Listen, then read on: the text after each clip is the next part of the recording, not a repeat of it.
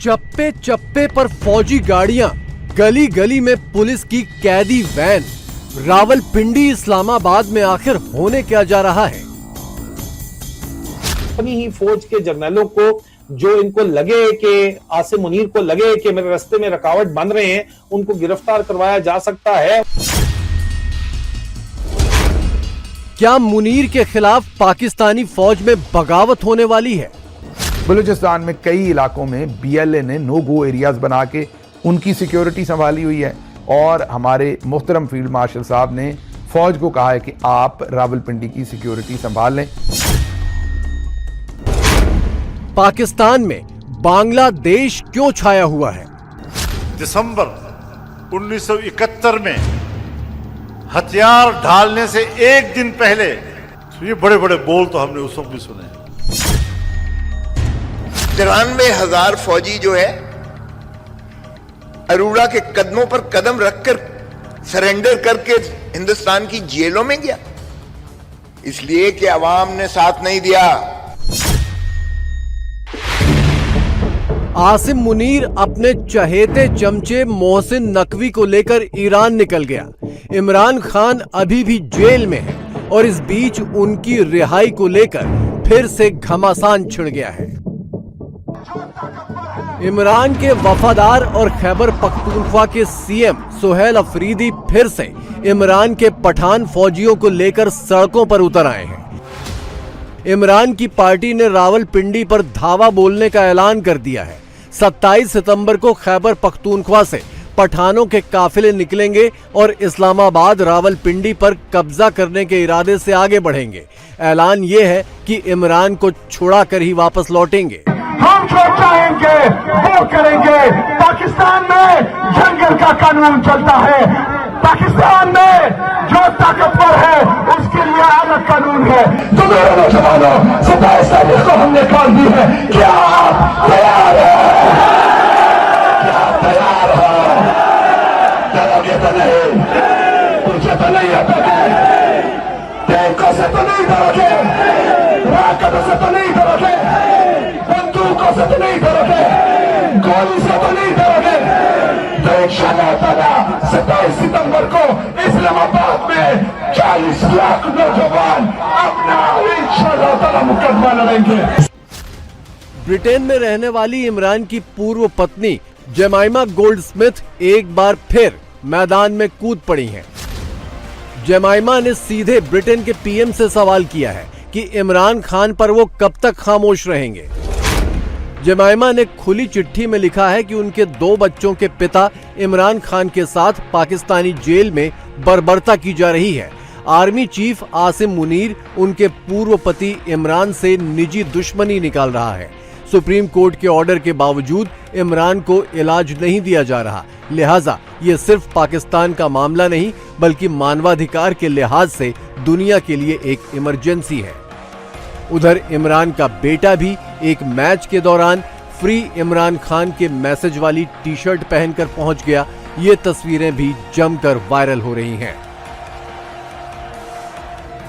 ये पूरी दुनिया समझती है ये सुप्रीम कोर्ट की ऑर्डर की वायलेशन है। सुप्रीम कोर्ट से हमने दरखास्त की है और उस दरखास्त का एक हिस्सा ये है कि सुप्रीम कोर्ट के ऑर्डर को आप इम्प्लीमेंट करें, खान साहब को शिफ्ट करवाएं, खान साहब के टेस्ट और इलाज हो शिफा इंटरनेशनल हॉस्पिटल में, जिस तरीके से सुप्रीम कोर्ट ने 18 अगस्त को ऑर्डर किया है। चिंगारे इस टाइम पे निकल रहे हैं, समझ कुछ आ नहीं रही कि क्या होने जा रहा है, क्या नहीं होने जा रहा है। हुकूमत अलबत्ता परेशान नजर आ रही है। जरूर इन मामलात में अभी देखें जो जिम्मेदार है वो कौन है? 2 लोग, वजीर खजाना, वजीर दाखिला।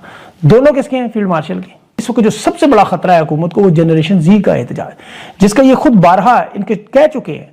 मोहसिन नकवी भी कह चुका है, पंजाब हुकूमत भी कह चुकी है, राना सनाउल्लाह भी कह चुके हैं कि अब इन्हें काखरोच को ही ना कहें, कहीं भड़क ना उठे। इस सारी हलचल के बीच रावलपिंडी और इस्लामाबाद में थोक के भाव फौज और पुलिस तैनात हो गई है। रावलपिंडी तो वैसे ही पाकिस्तानी फौज का हेडक्वार्टर है और इस्लामाबाद से सटा हुआ है। यहाँ पर पहले ही चप्पे चप्पे पर फौज तैनात है, तो फिर मुनीर को इतना डर किस बात का है? पाकिस्तानी मीडिया में मुनीर के चमचे ये इशारा दे रहे हैं कि रावलपिंडी और इस्लामाबाद में इतनी भारी सिक्योरिटी इमरान खान के समर्थकों के मद्देनजर की गई है, लेकिन बात सिर्फ इतनी नहीं बल्कि और ज्यादा गहरी है।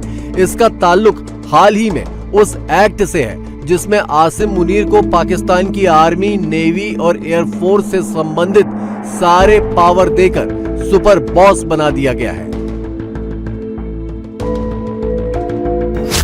आप आर्मी चीफ भी हो, आप चीफ ऑफ डिफेंस फोर्सेस भी हो, आप फील्ड मार्शल भी हो, उससे हमारा कोई सरोकार नहीं। लेकिन वो इख्तियारात जो पार्लियामेंट के होने चाहिए वो मुक्तदरा के अंदर एक फर्द को दे दिए गए हैं।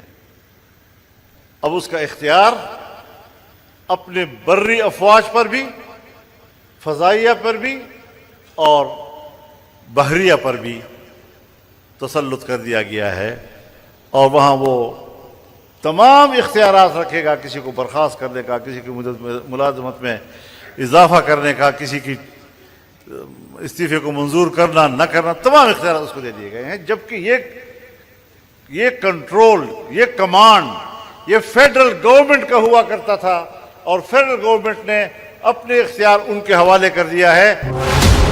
अटकलें हैं कि सितंबर में जनरल मुनीर नया संविधान संशोधन लेकर आ रहा है जिसके तहत वो वर्दी वाला प्रेसिडेंट बनकर सारी संवैधानिक शक्तियां अपने हाथ में ले लेगा और पाकिस्तान का संवैधानिक बादशाह बन जाएगा। लेकिन आर्मी, नेवी और एयरफोर्स के कई जनरल इसके लिए तैयार नहीं है। लिहाजा मुनीर को अपने अरमान पूरा करने के लिए अपने वफादारों की फौज चाहिए। खबर तो ये तक है कि फौज में मुनीर के खिलाफ बगावत भड़क सकती है। इसी बगावत से निपटने के लिए उसके वफादार फौजी और पुलिस अफसरों का रावलपिंडी में जमावड़ा लगा दिया गया है।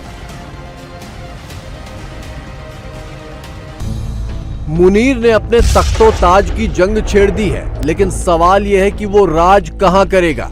बलूचिस्तान और खैबर पख्तूनख्वा में उसकी फौज भेड़ बकरियों की तरह रोजाना मारी जा रही है। बलोच और टीटीपी के लड़ाकों ने पाकिस्तान का नक्शा पहले ही बिगाड़ कर रख दिया है। तो अपनी इस फौज के दम पर मुनीर सिर्फ रावलपिंडी का बादशाह बन सकता है। एक तरफ रावलपिंडी की सिक्योरिटी जो है वो फौज ने संभाल ली है और दूसरी तरफ जो बलूचिस्तान की सिक्योरिटी है वो बीएलए ने संभाल ली है। और जो आपने देख ही लिया कि जो खैबर पख्तूनख्वा के बहुत सारे इलाके हैं वहां या तो जो अमन कमेटी है, मतलब पुलिस ने अमन कमेटी बनाई है और वो कहते हैं कि यहां फौज नहीं रहेगी, हम इसको सिर्फ कंट्रोल करेंगे। उनके मुताबिक जब फौज वहां पर आ जाती है तो दहशतगर्दी बढ़ जाती है, पुलिस वालों को कत्ल करना शुरू कर दिया जाता है। तो वहां जो दहशतगर्द हैं कुछ इलाके उन्होंने संभाले हुए हैं, जाहिर है बॉर्डर से के करीब बहुत सारे इलाके उन्होंने नो गो एरिया बनाए हुए हैं, वहां की सिक्योरिटी टीटीपी ने संभाली हुई है। बलूचिस्तान में कई इलाकों में बीएलए ने नो गो एरियाज बना के उनकी सिक्योरिटी संभाली हुई है और हमारे मुहतरम फील्ड मार्शल साहब ने फौज को कहा है कि आप रावलपिंडी की सिक्योरिटी संभाल लें। माशाल्लाह प्रायोरिटीज क्या हैं ये आप खुद ही देख लीजिए। लग तो ये रहा है कि रावलपिंडी की बादशाहत भी मुनीर के बस की नहीं है, क्योंकि उसके फौजियों को तो निहत्थे पाकिस्तानी थप्पड़ जड़ रहे हैं। हथियारबंद बीएलए और टीटीपी लड़ाकों की तो बात ही छोड़ दी। हम क्यों तारीख अपनी से सबक नहीं सीखते हैं? 1971 में यही हुआ था।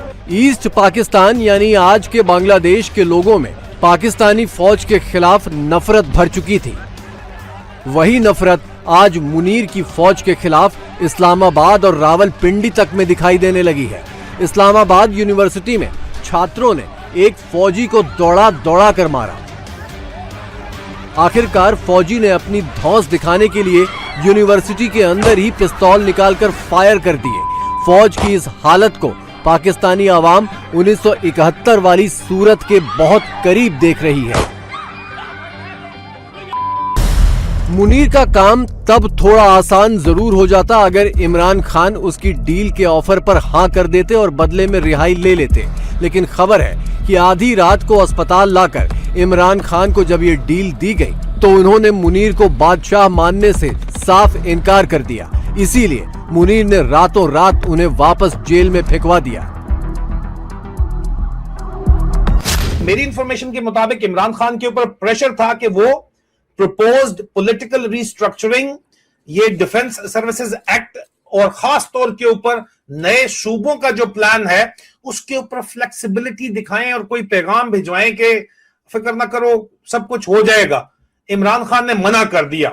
इमरान खान साहब ने कहा नथिंग डूइंग। मैं आपको बता रहा हूं कि आसिम मुनीर खुदा बनना चाहता है और ये पीटीआई के वोटों के बगैर मुमकिन नहीं है खुदा बनना। और नए सूबों के ऊपर भी पीपल्स पार्टी भी इनकार कर चुकी है।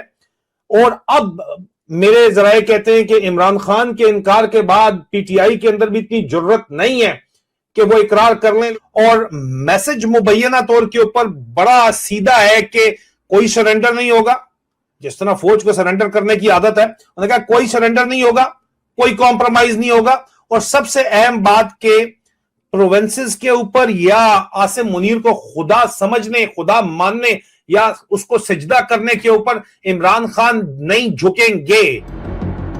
मुनीर की राह में चाहे जितने रोड़े आए, वो अपनी बादशाहत का ख्वाब हर हाल में पूरा करने की कोशिश करेगा, चाहे इसके लिए उसे पाकिस्तान को तोड़ना ही क्यों ना पड़े। यानी कि इस सितंबर पाकिस्तान में पूरा बवंडर होगा।